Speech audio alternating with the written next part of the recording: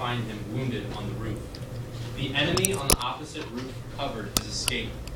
He must kill that enemy, and he could not use his rifle. He had only a revolver to do it. Then he thought of a plan. Taking off his cap, he placed it over the muzzle of his rifle. Then he pushed the rifle slowly upward over the parapet until the cap was visible from the opposite side of the street. Almost immediately there was a report, and a bullet pierced the center of the cap. And the bullet pierced the center of the cap. The sniper slanted the rifle forward. The cap clipped down into the street. Then, catching the rifle in the middle, the sniper dropped his left hand over the roof and let it hang, lifelessly. After a few moments, he let the rifle drop to the street. Then he sank to the roof, dragging his hand with him. Crawling quickly to his feet, he peered up at the corner of the roof. His ruse had succeeded. Let's look at that word ruse. So based on what we just read and what the sniper just did, when the author says his ruse has succeeded, who can raise their hand and tell me what a ruse is? What is a ruse? Yes, Christian? What? Okay, it's more than a plan or idea though. What is he trying to get? Think of what he's doing. Tricking something. Yes. So it's kind of a planned trick. Very good. His ruse had succeeded. The other snipers, seeing the cap and rifle fall, thought that he had killed his man. He was now standing before a row of chimney pots, looking across with his head clearly silhouetted against the western sky. The Republican sniper smiled and lifted his revolver above the edge of the parapet. The distance was about 50 yards, a hard shot in the dim light, and his right arm was paining him like 1,000 devils. He took a steady aim. His hand trembled with eagerness. Pressing his lips together, he took a deep breath through his nostrils and fired.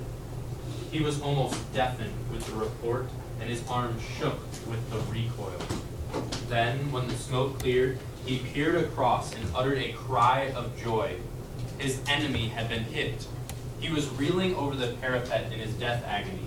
He struggled to keep his feet, but he was slowly falling forward as if in a dream.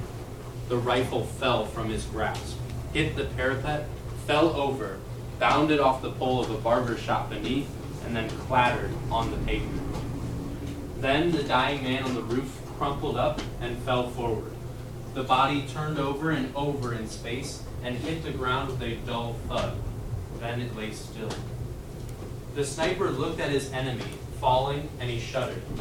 The lust of battle died in him. He became bitten by remorse. The sweat stood out in beads on his forehead. Weakened by his wound and the long summer day fasting and watching on the roof, he revolted from the sight of the shattered mass of his dead enemy. Yvette, last page.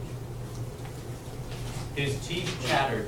He began to gibber to himself, cursing the war, cursing himself, cursing everybody. He looked at the smoking revolver in his hand, and with an oath, he hurled it to the roof at his feet. The revolver went off with a concussion, and the bullet whizzed past the sniper's head. He was frightened back to his senses by the shock. His nerves steadied. The cloud of fear scattered from his mind, and he laughed. Taking the whiskey flask from his pocket, he emptied it a draught. He felt reckless under the influence of the spirit. He decided to leave the roof now and look for his company commander to report. Everywhere around was quiet. There was not much danger in going through the streets. He picked up his revolver and put it in his pocket. Then he crawled down through the skylight to the house underneath. When the sniper reached the laneway in the street level, he felt a sudden curiosity as to the identity of the enemy sniper whom he had killed. He decided that he was a good shot, whoever he was. He wondered, did he know him? Perhaps he had been in his own company before the split of the army. He decided to risk going over to have a look at him. He peered around the corner into O'Connell Street. In the upper part of the street there was heavy firing, but around here all was quiet. The sniper darted across the street. A machine gun tore up the ground, and around him was a hail of bullets, but he escaped. He threw himself face downward beside the corpse. The machine gun stopped. Then the sniper turned over the dead body and looked into his brother's face. So, take 2 seconds. Take 2 seconds. Think about why you think that this story is ironic, or what is the ironic part of this story.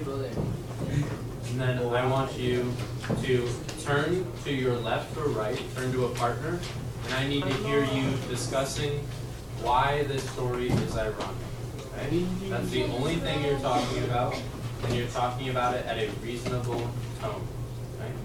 So I need to see you turn in the next 10 seconds and begin talking to your partner.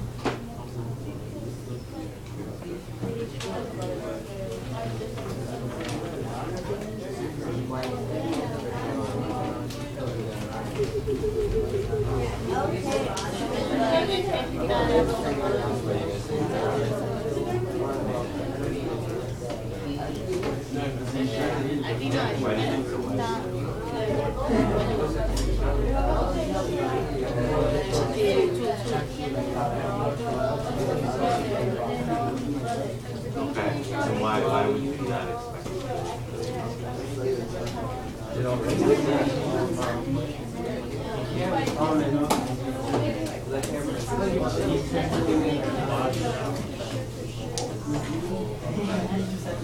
And, if you are, or you expect your partner to be a north side or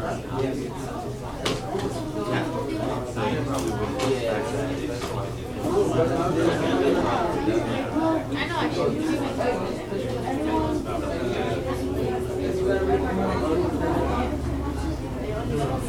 it takes two water.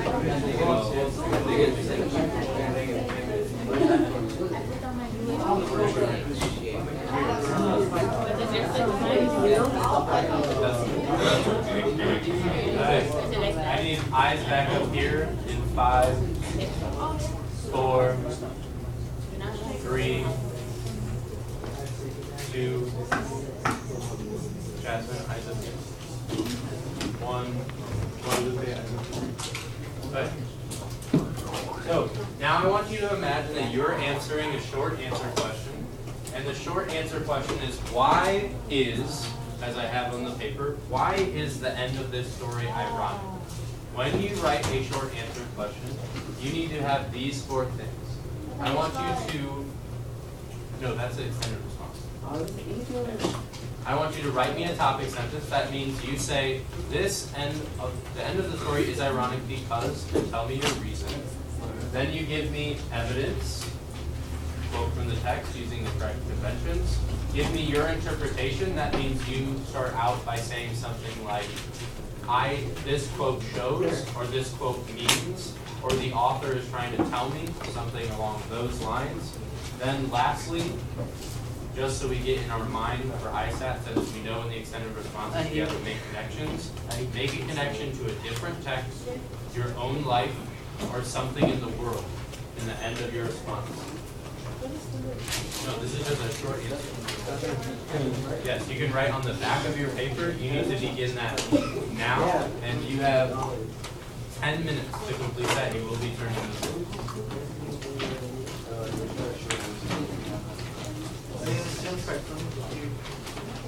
10 minutes. You can write it on the back of your paper.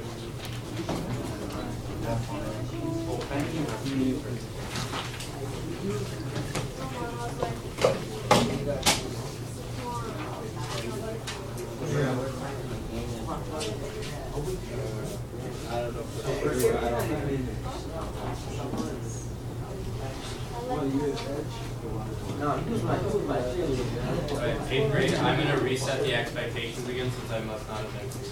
Right now, you are being silent. You are writing a short answer response to the question, why is the end of this story ironic? And you need to include these 4 things in that short answer response. There should be no talking. Once you are done, you are to take out your independent reading book. Once you are done, you are to take out your independent reading book and be silently